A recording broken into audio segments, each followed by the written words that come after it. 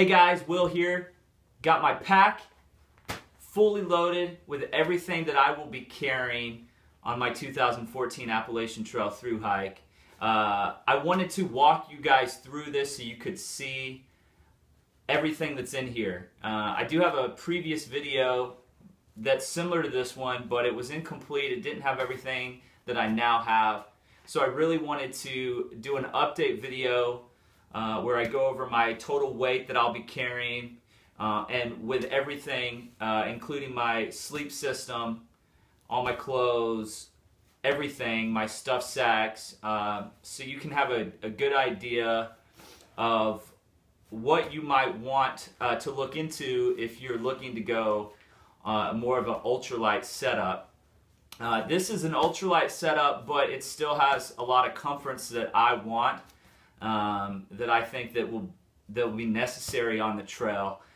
I'm going to be leaving anywhere between March 15th and April 1st, so I should have some cold days. So I am prepared for that with some of the clothing that I have. And I have made some updates from my previous videos that you might have seen. I've updated some of my jackets just based off of what I have experienced using them actually on my longer hike that I did on the Appalachian Trail. So I've updated quite a few things, so I thought that this video could be useful to you guys that are out there that are planning and trying to do a checklist of everything that you want and that you might need on the trail. So what I'm going to do here, this is my ZPack Arc Blast 52-liter pack. I did use this on the Appalachian Trail for 70 miles. All in all, it was a great pack. I had the experience to go with Joe and Matt from ZPacks, which was a lot of fun. And I was very much impressed with this pack. It was very light. And as you can see here, there is so much room that I had no trouble fitting everything in it. It is a little bit more delicate. That's my only downside. I did get a small hole. I wouldn't actually call it a hole, but a scuff on the bottom. So I would advise bringing some Cuban fiber tape here, which Joe was kind enough to provide me with. But, you know, I'm not too worried about this. I set it down on a sharp rock, and I wasn't, honestly, it was probably more user error. I was not paying attention to where I was placing the bag because I was still used to carrying my Osprey Atmos that I used to use. So this Cuban material, even though it is a blend, it is more durable than just you know, using normal Cuban. You do still need to be more careful with it. So that's kind of my update on the pack itself. Otherwise, though, I really like this pack. I do have a review, so please check that out. I love the back. It sits great. So my pack here, my weight that I'm going to be carrying around is 20 pounds. This checks in at 20 pounds, 5 ounces. That's with 7 pounds of food. I'm not going to be carrying as much food weight as one of my previous videos showed, so I've downsized as far as the weight of my food. That's with a liter of water that I have in here. I used a liter of water on the 70-mile trip, and it was fine most of the time. I would usually drink a liter at the water source and then take a liter with me, and it was awesome. So this has all my rain gear in here as well, and my winter gear. So what I'm going to do is I'm going to lay everything out and walk you through it all piece by piece so you can see exactly what makes up my 20 pounds. Like I said, this is everything I'll be taking. This is the finished setup. So let me set that up for you and let you take a look at it. This is, like I said, everything I will be taking with me on my hike. This is an ultralight setup, so there are some things that you'll notice that I might be missing compared to some other gear setups, but like I said, this is more for an ultralight setup, and I have experience using this gear on previous hikes and some longer week-long hikes, so for me this works. So it's not necessarily perfect for everyone, but for me it's definitely everything that I will need. So I'm going to walk you through everything and just kind of briefly go over it. Like I said, this is the pack that I'm going to be using, the ZPacks Arc Blast. Weighs a pound. Right next to it is my stuff sack. This is going to be carrying my food. I've just got some stuff in there so you can see kind of what it looks like when it's filled up. That's a stuff sack also from ZPacks. All my stuff sacks are Cuban fiber stuff sacks. So the bag itself is Cuban fiber. It's waterproof. Not 100% waterproof. Even though the material itself is waterproof, there's still some chances a little bit of water could get in there. So I will be stuffing everything that you see here will be inside a Cuban fiber waterproof stuff sack. So just in case there's some water that comes in through my pack, everything inside my pack will be protected.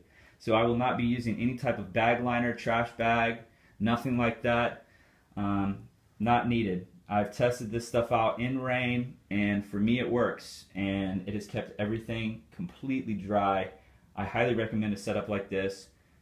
If you're not completely confident, you could still do like a trash bag liner on the inside, but really, in my opinion, I don't think it's necessary when you have the proper waterproof stuff sacks. So anyway, so those are the stuff sacks that I have. Starting over here at the left, I've got my Thermarest. This is the Neo Air X Lite sleeping pad. I've got a pillow here. This is my cooking set that I'm going to be using. Just a little pot for boiling water. Soto micro regulator stove. Fuel canister. This is my first aid kit. Some band-aids, ibuprofens. I'll be filling that up as I go along in different towns when I stop. But I'm pretty lightweight with the first aid kit, just band-aids, pain pills, kind of stuff. That's about it. Oh, and the ZPacks, that's a toothbrush. It's got a toothbrush in there and toothpaste. Only thing I'm going to add to this is probably just a small little travel thing of deodorant, but I don't have that here. Toilet paper. I bring a lot of toilet paper just to be careful. Charger for my iPhone. I will be using an iPhone on the trail. I have a battery pack here made by Mophie. I recommend this thing. It's great. On our 6-day 70-mile trip on the AT, everybody was using that charger, and their phones never ran out of battery life. So I will be carrying the AWOL AT companion guide on my iPhone. I haven't quite decided if I want to bring a hard copy of it yet. I'm very careful with my phone. It's going to be completely sealed in a waterproof bag, and then inside a pouch in my pack that's also waterproof. So I'm pretty good at keeping these things dry, but I know it might be good to have a backup. But right now, with this battery pack, that's all I'm planning on bringing there. I've got also a little sack and string. That's to string up a bear bag when it's needed. Earplugs. This is the headlamp I'm using. It's a Vizz. I can't even remember what it's called. 120 or 130 lumens, multiple settings. Great headlamp. 1 liter Platypus water bottles. Those will be, one will be filled up at all times when I'm hiking. The other one will be reserved for when further distance in between water sources. 3 liter Platypus bag for camp. Highly recommend a bigger bag for camp so you're not finding yourself having to trek to the water source and refill multiple times. This is great. You can fill this thing all the way up and use it the entire time you're in camp.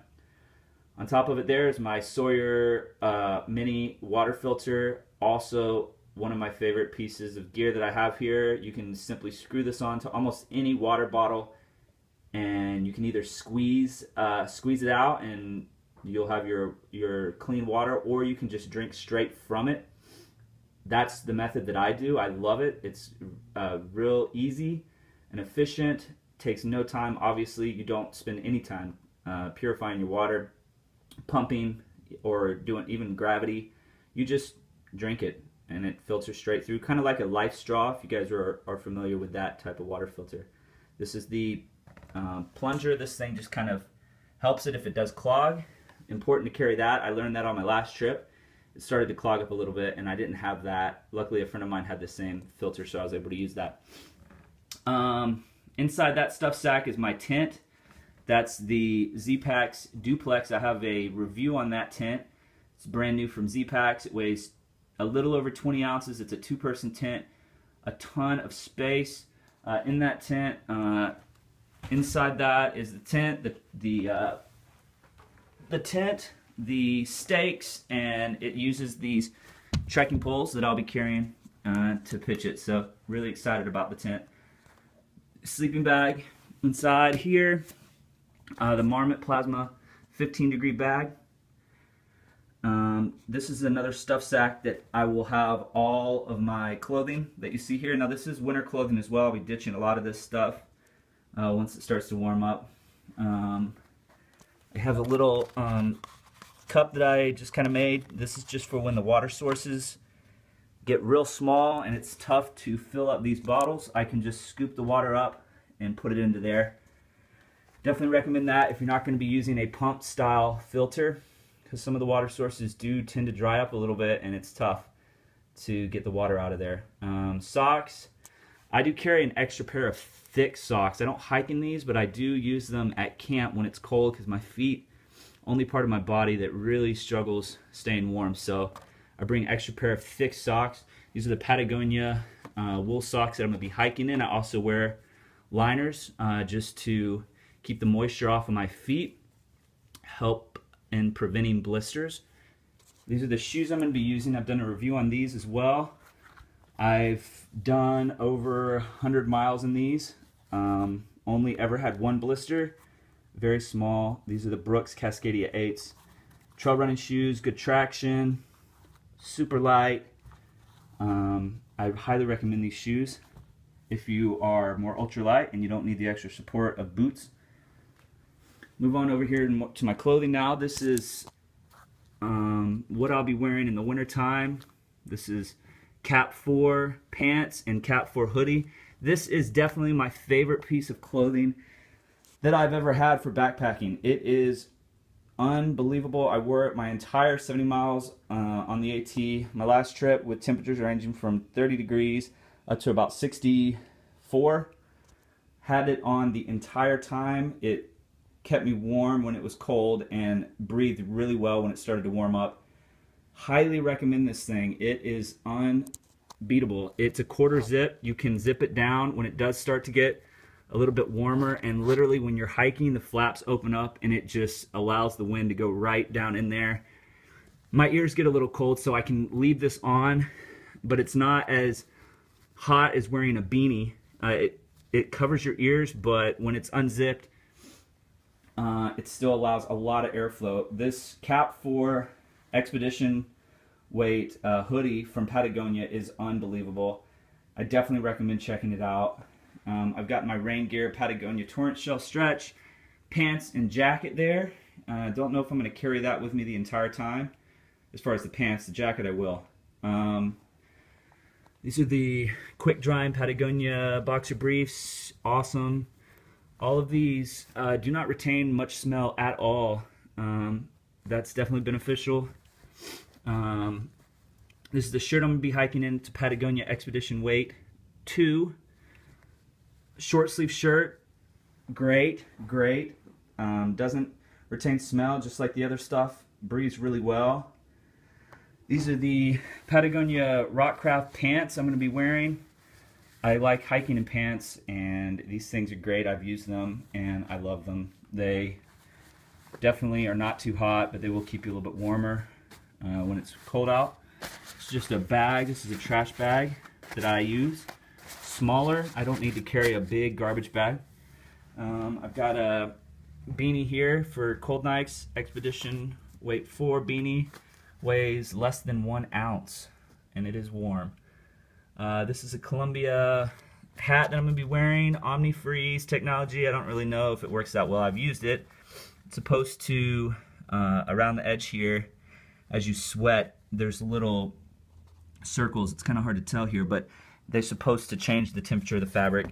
I used it on my 70-mile hike, and I couldn't really tell if it worked or not, but I like the look of it.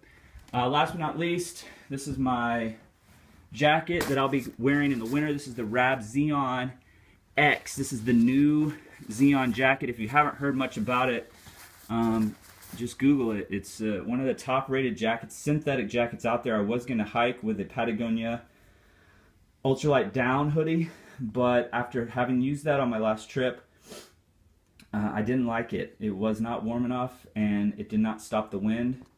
This does the job, and being that it's synthetic, I don't have to worry about it as much with the rain. It is a lot more water resistant than the down jacket was. So highly, highly, highly recommend this jacket. Will definitely keep you warm, and you can find some great deals on this jacket out there right now. This is the Xenon X, so it's the new one. It's a little bit heavier because it's a little bit more durable. But that's pretty much it here. Everything that I'll be taking with me on the hike, Cuban fiber tape, just in case I have to do some repairs on my bag or on my tent. If there's any small little holes, you do have to be more careful with the Cuban material. It is a little bit more delicate, so definitely recommend bringing some Cuban tape if you're going to be carrying a Cuban pack or a tent or anything like that. So that pretty much does it, guys. If you have any questions, please feel free to reach out to me, and I will be posting videos along the way for you to see what it's like out on the trail and to see if my gear setup actually works like I'm hoping that it will. Thanks for watching.